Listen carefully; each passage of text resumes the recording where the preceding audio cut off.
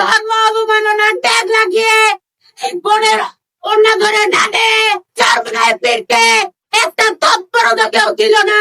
ধর্ম অবমাননার ট্যাগ দিয়ে ত্রিপুরভাবে একটা ভাইকে কুপিয়ে পুড়িয়ে মেরে ফেলে। আমি ভাইয়ের মতো একজন ভাইকে কুপিয়ে হত্যা করে এই স্বাধীন সোনার বাংলাদেশে অত্যন্ত দুঃখ লাগে।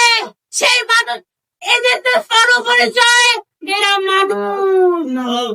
এই নর্তকীর পিছনে যেসব আল্লাহর ওলিদেরকে দেখতেছেন তারা হলো ফেসবুক ফেডারেশনের তরিকার লোক।